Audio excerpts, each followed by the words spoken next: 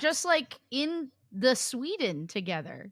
Yes, let's break the fourth wall so people know the timing of when we record our episodes. Oh, well, we're back. I'm back from Sweden. Well, you're still in Sweden, but I'm back from Sweden. I'm in Sweden. So just to like where everyone is in the world right now, I'm in Sweden, but Sydney was here last week. And you were not in Sweden last week, but you were at Gen Con 2 weeks ago. I was at the Gen Con because we insert the before every location that we go to. So, and that's in the Indianapolis. Correct.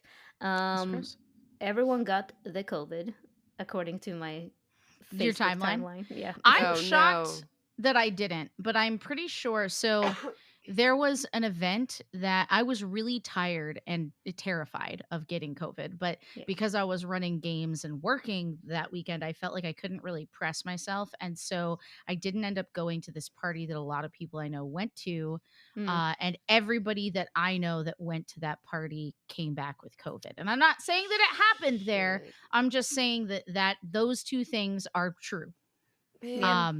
That's it's really tough. It sucks because like a lot what people don't understand about being an actual play performer is that being at these events can be the difference between you getting a job and not getting a job.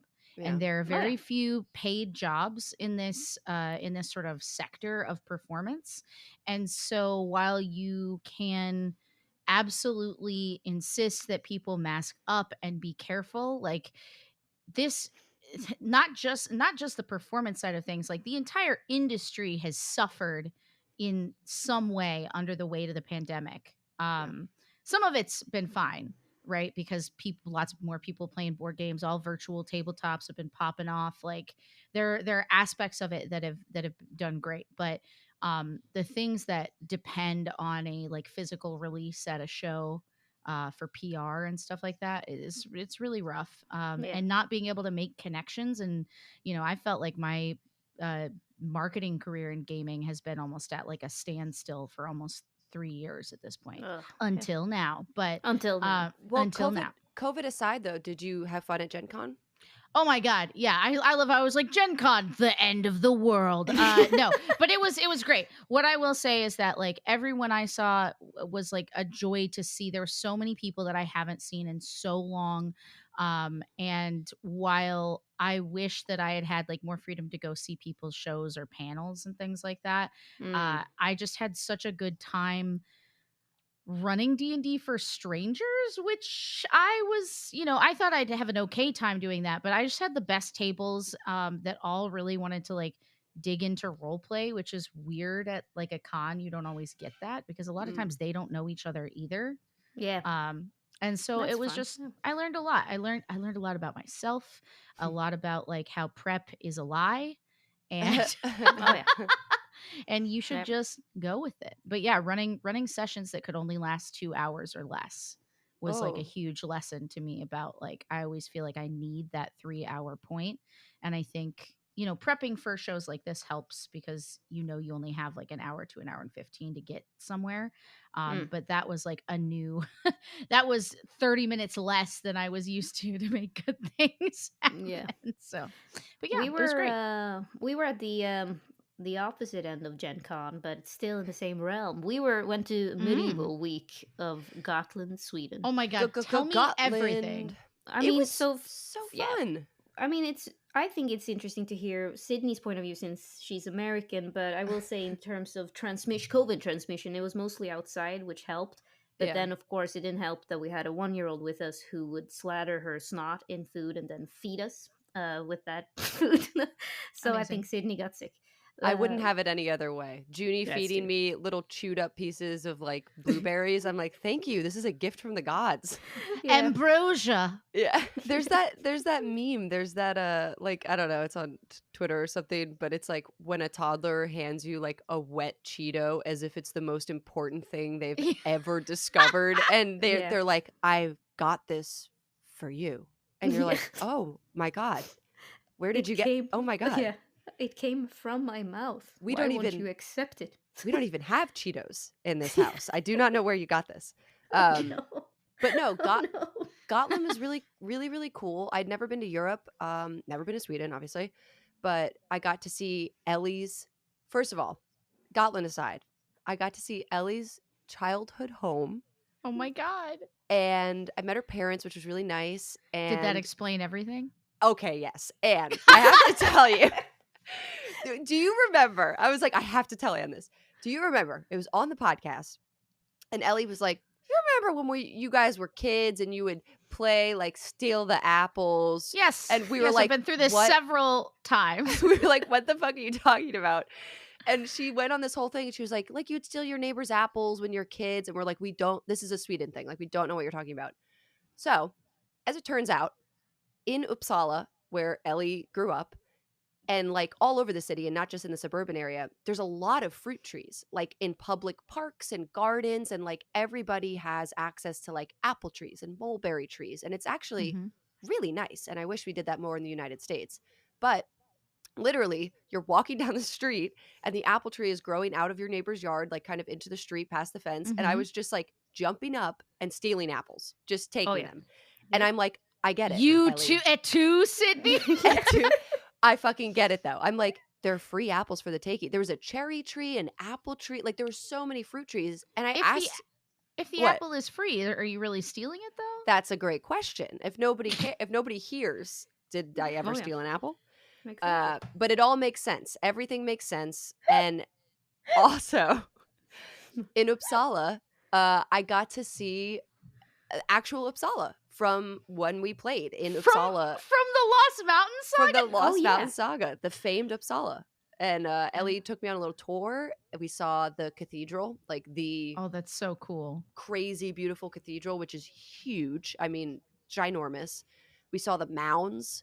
If you remember the King's Hey. Mounds. Oh, I'll never forget the mound The episode. mounds. Yeah, I Oh, got to feel those mounds. I got to walk up and down those mounds, in between the mounds. But no, it was Nah. just super. Well, whatever. And mounds could be anything. We crashed a funeral at the Oh mounds as my well, god. Wow. which was the worst part of that story. But anyway, continue. We went to see the I don't know. church at the Yeah. mounds, like this old church, and we're like, "Ooh, cool church!" And we're like, "Oh, Yeah, are they we're like- having like a mass or something?" And we went inside, and Ellie asked in Swedish. She was like, "Oh, could we like look around? Is there like a service happening?" And the woman, smiling, I guess, said to Goes, Ellie, "It's a My funeral. husband is dead. There's a You funeral killed here." him. Yeah. Please leave. And Ellie was Thank like, you. Ellie was like, oh, and ran back. She's like, "It's a funeral. We gotta go. We gotta go." Move, Yeah. move. But yeah, it was Yeah. it was super fun and super cool, and I'm very gracious to Ellie and grateful for letting me crash with her and bother her for a week. You guys were the best guests. Like it's always tricky. Like traveling, I think is the ultimate test you can do Totally. with people. Like it pushes you to, like, even living together is easier than I think traveling is. And we did Yeah. a lot of travel. We went to Stockholm. We went to Gotland, which is an island outside Mhm. Sweden. I've never been, and it was basically going to a different country. Like it's a completely different thing from the rest of Mhm. Sweden. It's very medieval. It's like going. I've been to Italy this summer as well for the first time, and it felt very similar to Italy in the way it's very Yeah. preserved. And then it was, of course, medieval week, which was really cool. Like for those of you who know Elden Ring, it looks like Elden Ring. Like it's like Yeah. ruins everywhere. Bunch of So very cool. yeah, and I think, Anne, you would really like it because I discussed it a little bit on my Discord, like the comparison to Ren fairs, and I've been to a couple of Ren fairs, and I think they are cool too. It's just the difference is that I feel like at Ren fair, I'm an audience member. Like I watch Yeah. other people do a cool thing, and Mhm. it's fun to watch them do that cool thing. Here, it felt like if you're not dressed up as the part of being a medieval peasant, like no one wants to be a hero, so to speak. No one wants to Yeah. be like the main part, and so you just get like whatever garb you can find, and then Mhm. you join this immersive 3,000 people crowd who Oh, wants to just that's so cool. yeah, like you Well, don't have there's to and you so can sit in your I corner and do your smithing. You can sit in your corner doing your knitting, and no one's gonna bother you with it. Like, and you can just do your thing if you want, or you could be like the theater kid and also perform, which I did. yeah. I did Yeah. D&D. You did? Like, Yeah, well, Ellie yeah, Oh yeah. did I her saw show. the pictures. yeah. Ellie did So her we show did in this beautiful cathedral. yeah, which was not a great podcast venue. But Like it was unique. so echoey. But it was unique. It was very cool. It was for Free League's new game, which is was released at the same time as D&D, and it's called, instead of what is it? D&D stands for Dungeons and Dragons. Yeah, and this This is Yep, game, that is this one correct. is Dragons and Demons. Oh, Drakar och Drakar, Demoner. Demoner, yeah, Dragons and I have my Demons. bracelet on. wild. Yep. And Sweden would translate that into Dungeons and Dragons. Like, or right, they would translate Dungeons and Dragons into Dragons and Demons. So it was a huge confusion. So people Yeah. would ask me, "Have you ever played Dungeons and Dragons?" And I'm like, "Oh yeah, a lot actually." But then when I started playing D&D, and I'm like, "Yes, a natural one," and everyone's like, "What are you talking about? That's the worst thing you can get." I And it's the love failure. Yeah, exactly. So it's It like, finds me like a magnet. It was it's the the opposite? yeah, you wanna get low in this game. Like you wanna get Oh, the, weird. one. Not number 1 is great, and 20 is the worst you can get. So it's Oh, it's that's funny. already there. It's like confusing. But Free League is re-releasing this game, and so they wanted like a couple people play testing it. Yeah. I played with a new group called Sweden Rolls, Mhm. which means Swedes who are rolling dice. That's their name. Wow. Oh, that's what it means. Oh, okay. All right. I Oh. was confused. And the GM for that, Andreas Lundström, made the official soundtrack for Vaesen. So he's Oh, a really sick. talented musician as well, and he was I great. He didn't was super know chill. that. He was really nice. He actually said hi to me after too, and he complimented Lost Mountain Saga and was just like, the Aw. show is great and like Ellie's great. He was super, super nice. Oh, Yeah, he that's said really Ellie's sweet. show is great. No, he didn't. Yeah, he Ellie. He said Ellie, Typical. Queen Ellie, who rules over all. Queen award nominated Eleanor Award- Di Lorenzo Oh, thrice we can't- over. All right, we have not talked about. I know we're bantering too much, but Yeah. can we just say congratulations to Ellie, Woo! award-nominated Ellie Di Lorenzo for Lost Mountain Saga. It's cool. It's cool as It hell. is cool. Also, completely forgot that I think I sent in our submission October 2020 or something. So I was like, and then suddenly I Totally got a forgot tweet. about it. Oh yeah, completely forgot about it. I also think it's the irony of being like, best GM everybody, and also Anne's taking over from now on. I don't want to do this. But Well, you know I what? think There's always next year. No. listen. I Listen. listen. Amazing. We'll Well, see where this goes. But I'm so impressed with everything you do with the show. I legitimately listen to our episodes, not just to remember what the hell we did, but because it changed. From what we experience, you guys out there listening have to understand that what we experience is even it's just different from being in the midst of all the ambiance and the care that Ellie takes to, zhuzh things and take out stuff that wasn't relevant and stuff like that, so that you guys get a really clean and exciting show from top to tail. It's really fun to see the other side of that. So I definitely listen to our show because I think it's fun. I got in trouble at Gen Con though, because I was up early and I was like, oh, I should listen to the show before the day starts. So I started laughing at our own jokes, and I got in trouble with my boyfriend, who was like, what are you doing? And I was like, I'm sorry, I was just listening to a podcast. He's like, is it Lost Mountain? I was like, it's not. Are you laughing at something you said? And I was like, yes. No, but having said that, I don't think Lost Mountain would have been anything without the two of you. But also, so I'm a little bummed out that we didn't get an ensemble award, because I don't know. I think that's what it actually deserves. I don't believe in best individuals of anything when it's a literal. It's okay, Ellie. We're happy to be first losers as long as you're in first place.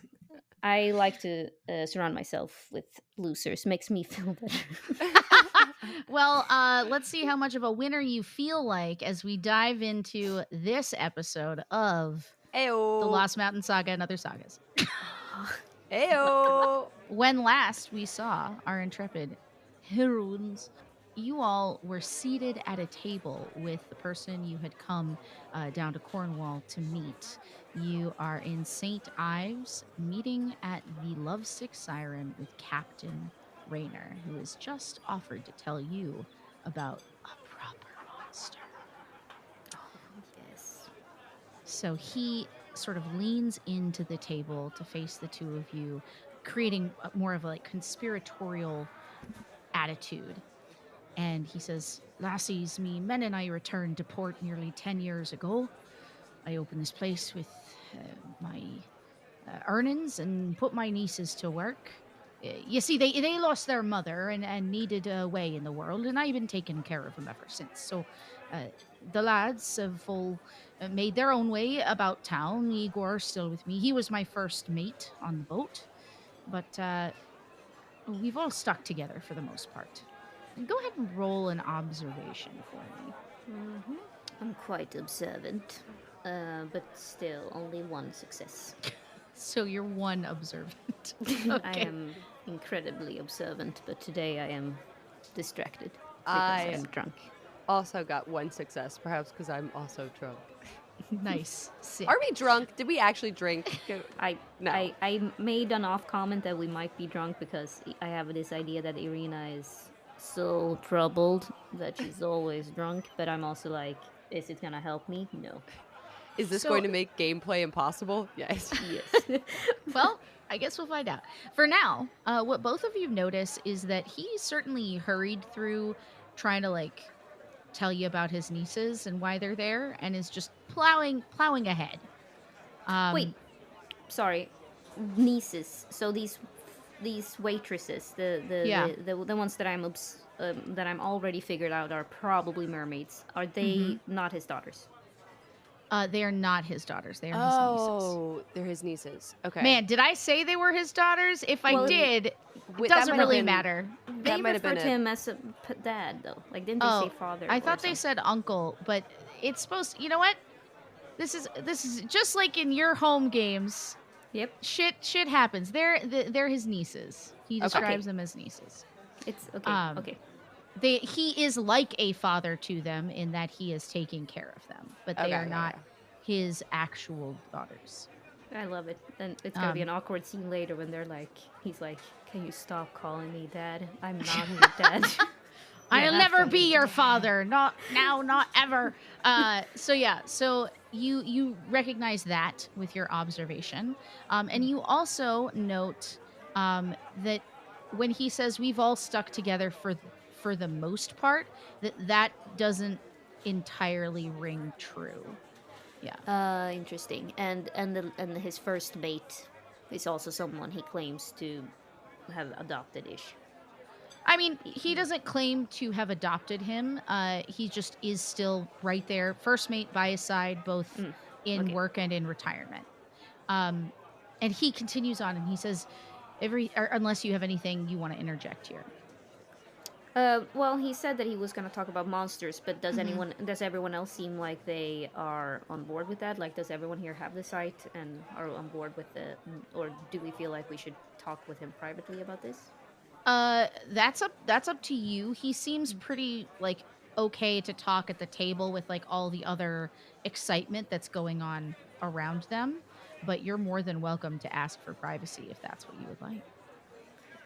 I'm just thinking, I mean, they are from the Rose House, and we are kind of operating in the shadows, and we don't want everyone else to hear I think Irina doesn't want to get Rose House or herself in trouble. So I think also Vanessa being the more I don't know, observant, quiet type in general. I think she's taking note of the way that everybody revered him when he came down the stair. Everyone seems very enamored by him, and also experiencing Irina with this weird thing she's doing with her wearing a mask in front of her and stuff. She's like, I want to talk to this guy alone because he's putting on a show for whoever. It could be for us, it could be for the people, but she's Yeah. like, I think perhaps it would benefit us to talk in private, no? Agreed. All right, so both of you are interested in that, and Igor sort of nods in agreement, and he says, "Sorry, boss, you are playing a little fast and loose with all this information, don't you think?" And he says, no one cares what an old man thinks, but fine. If you all want to go, we can go to the cellar," he says. Some of the girls are upstairs. So he pushes back from the table and begins sort of greeting people as he passes by, still in that, just changing on a dime from like, I'm going to tell you a horrible story to like, hey, is everybody all right over here? You got your food, you got your drink. Ah, yes, Marina, come over. They need refills, as you move through the room. And if you follow him, he begins taking you through a door that's underneath that set of stairs you had seen him come down, that goes down into a cellar area, the sort of back of house. It's lovely, she says, dripping with sarcasm. Yeah, you it smells like beer. They're just barrels and barrels and barrels down here. It's a little dank and musty, but it is quiet and private. And he sort of leans against the wall and waits for you Irina guys. takes out a handkerchief, pats her nose. Why don't you start from the beginning? Well, we came home from being on the cat's paw, and then we retired. And everything was fine for almost 5 whole years, but everything changed when old Pikey died 3 months ago. You see, they found him out by the dockmaster's hut at low tide. Body bloated like it'd been tossed about like by an angry sea. Puncture wounds all about his neck and his shoulders, his belly. And that was when we noticed him, watching on the rocks. Sea lions. Scores of gulls and birds. And at first it was just nothing. But they always had sort of a mad flair about them, flying around in great packs and shouting down the beach. And they were easy enough to chase off at first, but the children in town have grown fond of playing in the bay at low tide amongst all the small fishing boats as they lay on their sides in the sand, and playing catch and ball and chase, and well, they've grown afeared. When they do wander off into the beach, when they do wander off down the beach into the water, a jellyfish been stinging them when they are at the edge, and every time we chase off these animals, they come back and in greater numbers. And one mother reported that one of these sea lions grabbed her daughter's skirt and began dragging her down the beach like a maniac towards the big blue, and they cut her free. But well, folk have grown more careful now. And then Peter and Brian, who'd been deckhands with us, they started coming in to the establishment talking about horrible dreams, songs that tormented them, memories of a terrible storm that we had at sea. The fellows that sailed with us dead in the water that ran blood red when the light fell upon it from the flashes of lightning. And always they found themselves deserted, without food or water, on some strange island, dragged down into the depths by some terrible beast they could not see. And each of them, they were killed on the following 2 full moons. Captain, have you yourself ever had any dreams? Nightmares? Me? No. I worry about our establishment, and I'm certainly, I fear for my life, and sometimes I've got dreams, but nothing just like that, I suppose. Well, I'm more interested in just making sure that this all goes away. And if you want to roll an observation check, Okay. you're welcome to do so. I feel like he's hiding something. Oh, yeah. 1 success so far. Oh, 2 successes.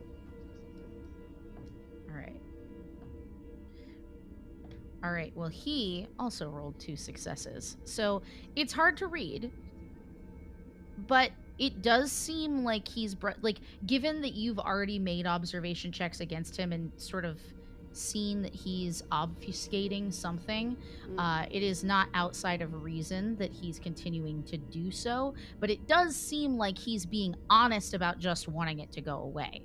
Okay. Is it only sea creatures? Or is it land creatures as well? Have you had any animal attacks from dogs or cats or chickens. Only sea creatures, as far as I know. At least that's what everybody's afraid of. I mean, there's lots of things you could be afraid of. People is one of them, but I don't think any of my men would turn against me in such a way. I never gave them cause. And I'm gonna let your success on your observation carry, because you're sort of looking between these two people. And Vanessa, you look at Igor, and Igor seems very uncomfortable, and he says, well, Stuart, he's not.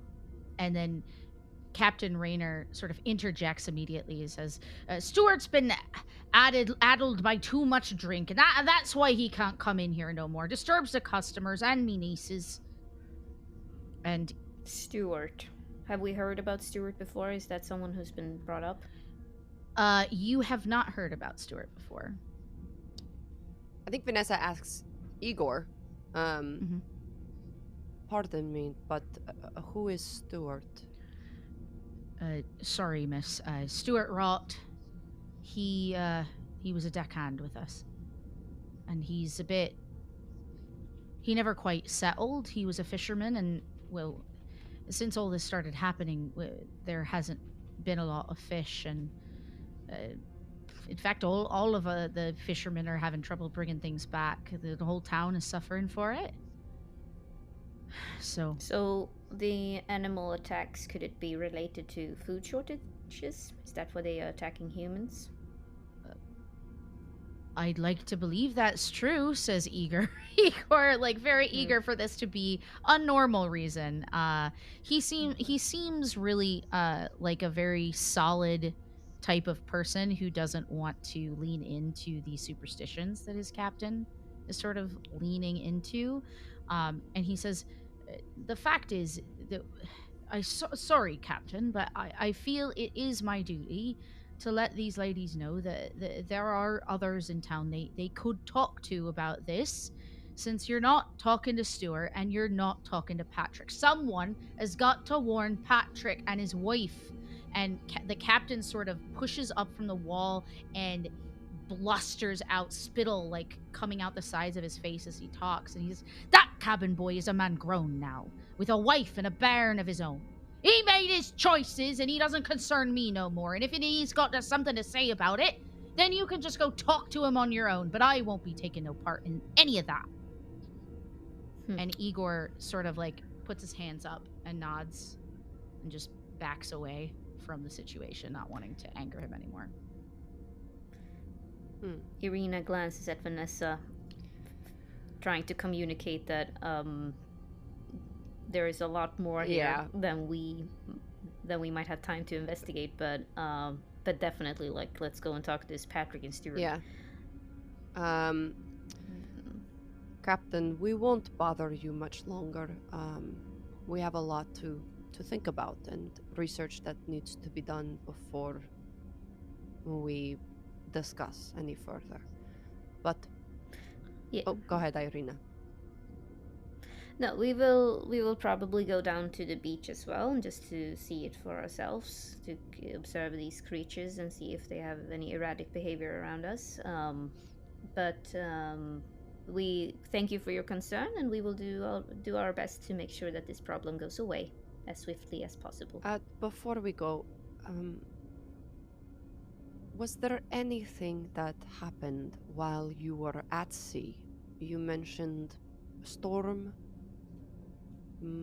Perhaps an incident is related, though you may not think so at the time.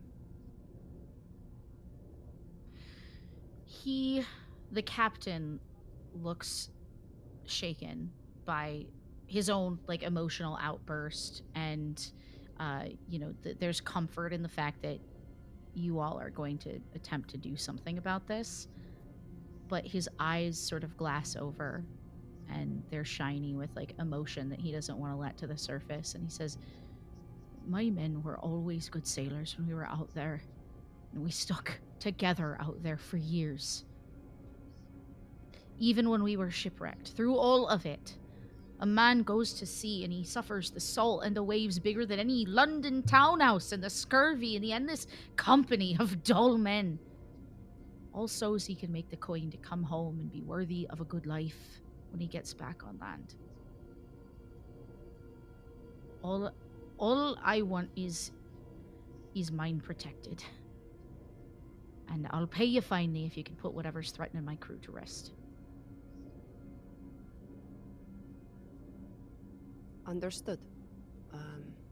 I'm sure that we will talk again soon, but for now, we will rest. I am quite tired from our journey, and we will do our own research. So as you guys begin to withdraw from the room, Igor clears his throat and steps forward and says, "Ladies, 2 nights till the full moon." And he sort of moves over towards the captain, who's now like slumped himself into a stool. And you all are left alone to leave at your will. Is there anything else weird happening while we make it up to our rooms? Is this where we could stay? Yeah, are we Is staying this the inn, or should we go? the place? So you all are. We'll say that you can stay here. Yeah, he gives you a bit of a discount too, since you're working for him. Yeah. So whenever we're back in our rooms, unless anything else happens, I think Irina, getting very paranoid about everything, she looks outside the hallway to make sure no one's listening in. Even though they have a secret language between the two of them, she still want to make sure that no one's listening. And so she says, "Well, all right. So tonight's the full moon. I think 2 nights. No, 2 nights. 2 nights. Sorry, oh, I never see mind. how you 2 misheard nights. that. Though. 2 nights till the 2 full nights. moon. Okay, I don't know what I'm doing in this room. Then we have 2 nights to party. No, we should make preparations for the full moon. I believe we should perhaps observe. We should try to observe whatever it is that's happening here. It's probably going to happen at the full moon. It's also relevant to try to figure out what this interpersonal fighting is between Stuart, Patrick, why the captain is acting weird. Even though there might be a Vaesen involved, I have a sense that there's some interpersonal issues amongst the humans as well that has nothing to do with anything mystical or supernatural. Absolutely. It was hard to read Captain Rainier. He seems genuine, no? He seems genuine, but he also seems like a drunk. Yes, a very proud man. I don't know. Is Mary interested in this man? No, I I do not think so, though I will not ask. It is not my business. No, she seemed a woman of poor taste. That is very rude to her. She is a very Mary dear Smythe's player will remember this. Dun dun. Irina, I want your opinion on something. The nieces, they were odd, no? Very.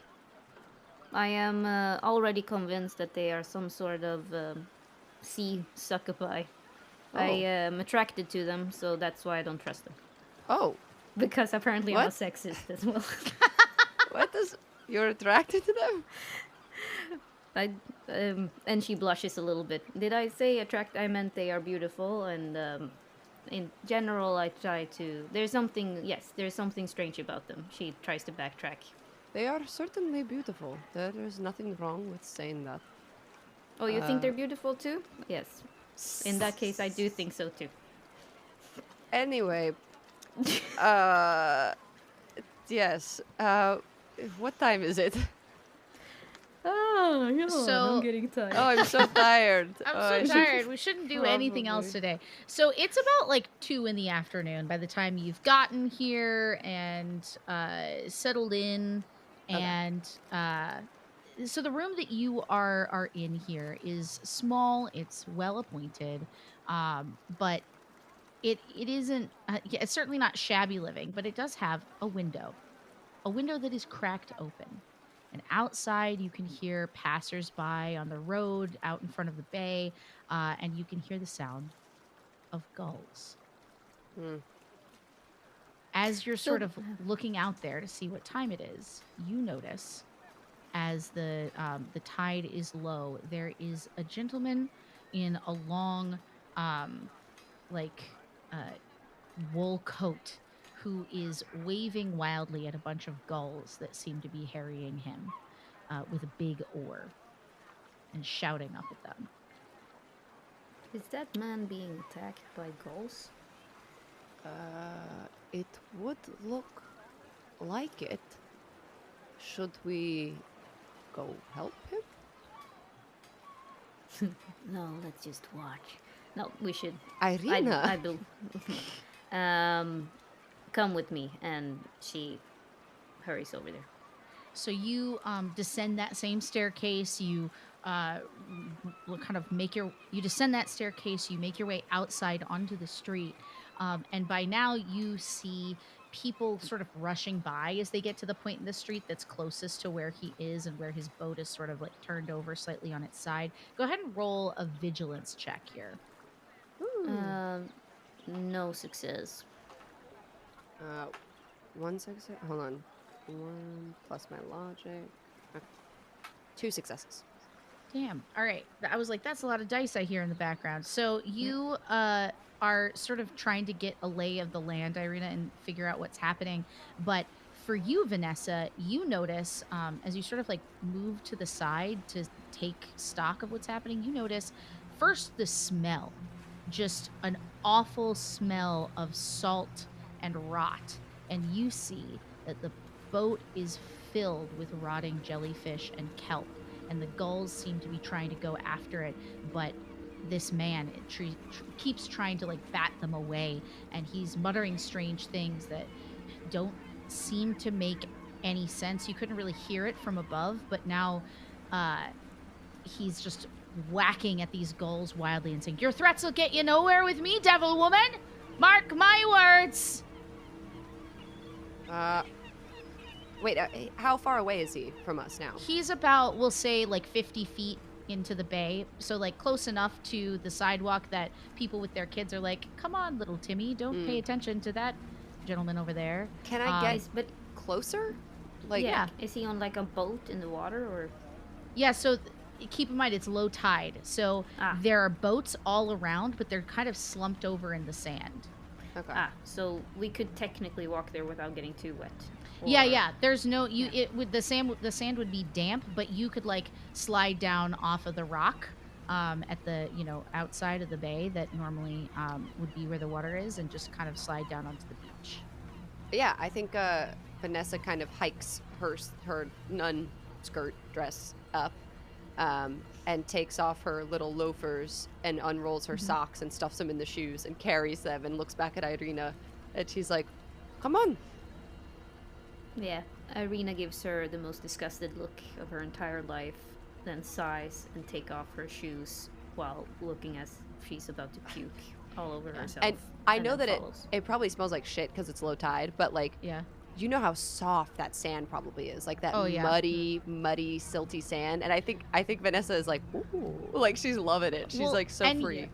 And you can really understand. There have been several mentions of how this is like a wonderful summer getaway for most people, and how these kids used to come out here and play, and you can start to understand like what a loss this is, not just because of the fish, but just the way that people live in this space and enjoy this space has been totally altered by everything that you've heard about going on.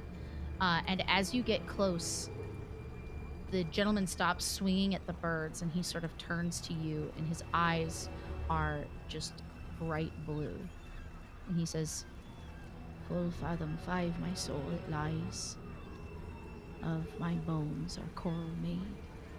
There were pearls that were my eyes, nothing of me that doth fade, but doth suffer a sea change into something rich and strange. Who are you?" Is he looking at us? Yeah, he's looking at you or through you. He notices that you're there, but this guy is unwell.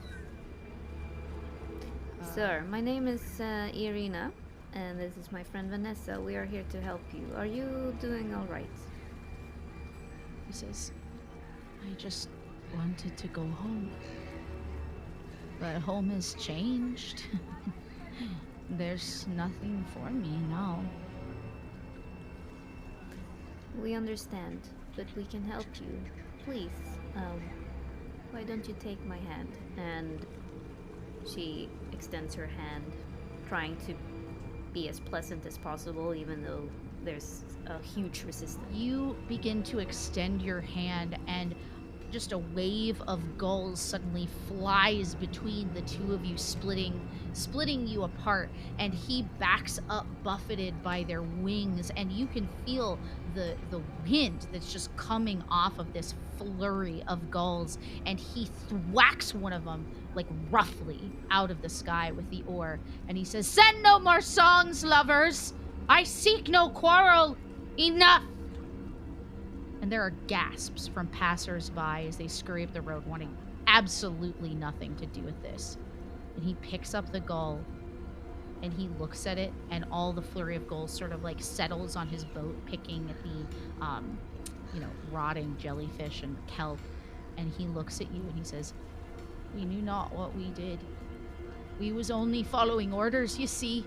His orders!" And he points up at the lovesick siren behind you, and he looks sorrowful as the creature breathes its last breath, and there is just silence.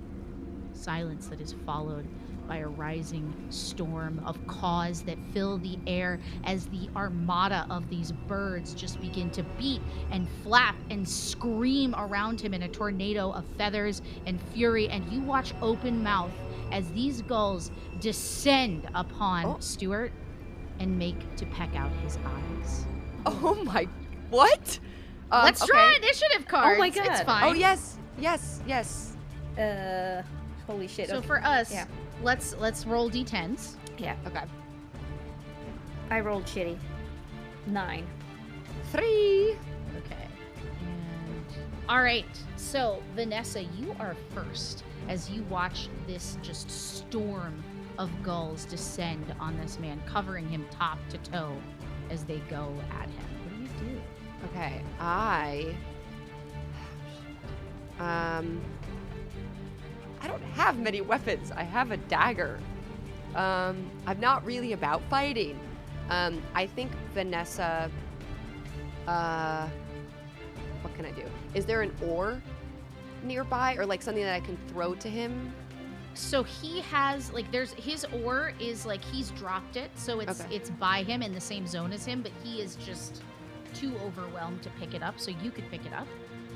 Yeah, I think I almost just want to grab him and pull him away, pull him towards the shore. Yeah, you could do that. Let me see here. All right, so as you grab forward and attempt to pull him away from this gull pack, we'll go ahead and roll a force. Oh, okay. Oh boy. Not my best. That's a nothing. The gulls sort of are all over him. It's hard to reach in between them and get them off of him. So you are just sort of scrambling to try to get any piece of him that you can and coming up empty. It is now the sort of gulls' turn, and they seem pretty focused on Stuart. However, they do now notice that you're trying to take away their quarry. They begin, a set of 3 or 4 of them begin pecking at your hands as you reach forward. They don't find purchase, so you just simply find yourself sort of pushed back into the next zone by their attacks. But they do not do any damage to you, but they are successful in keeping you away from Stuart. Stuart is now going to attempt to pull himself out. No, he is totally screaming horribly. You see as blood is starting to run down his face every time this cloud of white birds moves, and you can see his face he is just being ripped to shreds by these animals. Animals that you wouldn't think are terrifying, but hey, seagulls, who knew? I knew. I knew. I knew the whole time. So, Irina, if you know so much, what are you going to do about it? Well, I would like to use my free action to see if I can make an observation roll to see if which one is the leader, if there's a leader of the pack of the seagulls. A leader of the gulls? Yup. I love you. I feel like it could be a top hen or something. Okay. Top hen. Top hen. All right. Go ahead and roll an observation to try to figure out what's going on. I guess vigilance is better, right? If it's perception. Vigilance is your perception, and your observation is more like insight. Like, why are these things happening so the way let's that they do are? vigilance. As opposed Vigilance to to, see okay, if let's go ahead with vigilance. 1 success. 1 success, amazing. So you are just seeing animal rage here, but you're casting about for just like what you can do about this or how to put this to an end, and something catches your eye. Far away, hundreds of feet away, you see a figure standing at the edge of the bay on the rocks. And the light is sort of casting down at her. She's standing at the edge of the rocks, peering at you with long, dark, wet hair. And she appears to be naked. And as soon as she sees that you have seen her, it's like she was never there at all. Okay. Irina sees this, immediately starts thinking about every freaking theory she might have about who's causing this and what's the reasoning behind it. She coldly takes her revolver and aims at the seagull that's attacking Vanessa and shoots, but it's like in cold blood, and then so 2 successes. So I'm gonna do extra damage, so 3 damage instead of 2. Okay, so your shots land, and there are just plumes of feathers that go exploding out from these almost like close range shots, because you're right sort of behind Vanessa as you do this, right? Yeah, so I think the way I imagine it, she would like walk up and like shoot the bird that's attacking Vanessa, not really worrying about Stuart as much, and be like, Vanessa, we need to hurry away from here. Yeah, so you are able to do this, and your words are heard as you are just on the outskirts of this carnage, and you are doing work on this storm of gulls for sure. It is now Vanessa's turn once again. Yeah, I think she hears Irina and she's like, I know. And I think she's going to. She's not very strong. I think she's just going to try to grab him again. And pull him out of like the tornado, at least, of vortex of gulls. Go ahead and roll a force check again. Try to drag him out. Nope. Fuck. Okay.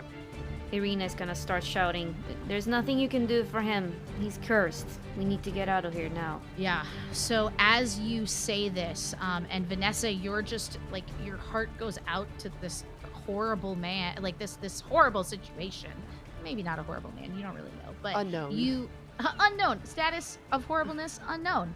But you are just desperate. I mean, who wouldn't be desperate to try and help somebody out of that situation? But you are finding it harder and harder as these gulls are just coming up with streaks of sanguine on their feathers. Like everything is terrible. People on the shoreline are screaming and terrified, and he begins to try to drag himself away. You see the pits that were his eyes streaming with blood. You see horrible abrasions and marks on his arm. His jacket is nearly being ripped off by these creatures as they peck down at him, and he drags himself towards you as Irina is trying to help you realize that it is time to leave, and he is at almost the end. We're going to give Stuart a chance here to try and drag himself away from these gulls. This is gonna suck. Yeah. And he says, it's not even the full moon. I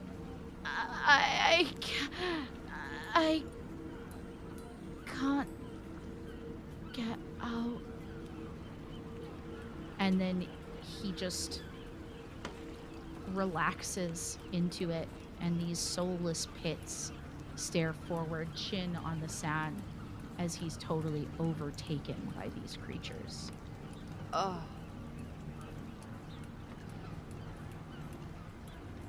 Now, you all, what do you do? Because we can remain in initiative if you'd like. Irina, it is your turn next. What do you want to do? Stuart is dead. Irina tries again to grab Vanessa. Vanessa, listen to me. There's nothing you can do for him. We need to get out of here. We need to get out of here right now. Please come with me. And she continues to aim at the birds with surprisingly good aim and cold-bloodedness, as she's very used to using a revolver. Yeah, go for it. Just one success, so another 2 damn. All right. So another 2 damn. 2 more gulls are wrenched from the sky and from their dark work as you are starting to try to pull Vanessa pull Vanessa further away. The gulls are beginning to withdraw from the body at this point. Vanessa, what would you like to do? Yeah, I think Vanessa is seeing this like horrible death of this guy. She's shocked, mostly because like this was done by an animal. Like the Vassin are one thing, but this was just like crazy primal animal shit. And I think she's like so taken aback. And she reaches out for Irina and finds her hand as she's like staring forward at this guy, and she starts to run away. Like she's moving away back towards the shore. So you guys scramble up the beach and back up onto the like stone side of the bay there. Just kind of like your whole lower legs covered in this silty sand from the action out there, and your faces agape at this scene. The gulls are now picking at the corpse of Stuart, and some of them are starting to fly away, but it seems that they've gotten what they want, and you start to hear sirens as a police car pulls up and men start pouring out and storming down the beach to try and see what's happened. We need to watch. Irina drags Vanessa away from there. We can't draw attention to ourselves. We need to get out of here right now before people start noticing that we might have anything to do with this. You're right. I know. And Vanessa like starts to compose herself and walk briskly, but like normally, not like screaming, running down, I guess, like the like boardwalk or pier, cliffside, whatever, to get back like to town. You peel off down one of these streetways into the town. All sorts of stone buildings, like nothing more than 2 stories, but most things like only 1 story. And the roads become this is a very old and like very small town. Like everything's very cobblestoned and difficult to navigate, and everything looks like everything else because you're new here. And you find yourself in a dark like alley kind of behind a house, and breathlessly you sort of take each other in. Are you all right? Yes, I'm okay. Thank you for pulling me back. I was... That poor man. I come from the same background as you. I know how hard it is to give up on it, so to speak. But it's a skill you have to practice if you want to do this type of work. I guess I don't like to fail people. I would not consider you ever to be a failure, or for you to be able to fail anyone.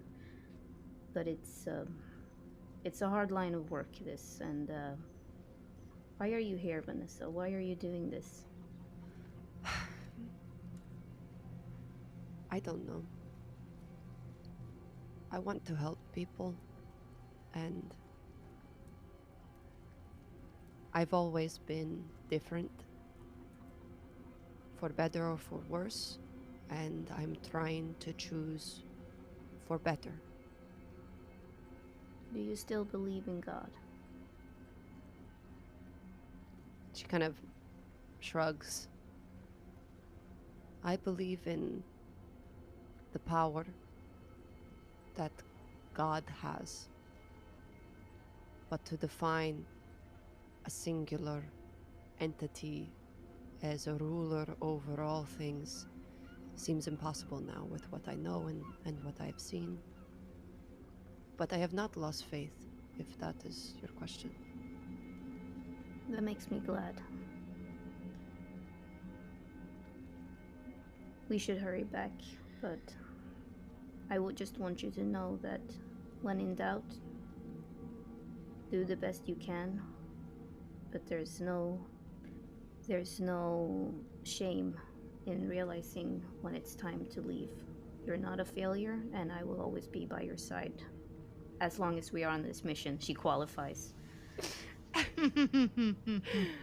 Then Vanessa kind of like smirks as she says that second part. And she says, you know, your voice is much nicer when you talk like this, and not the way that you talk in front of other people.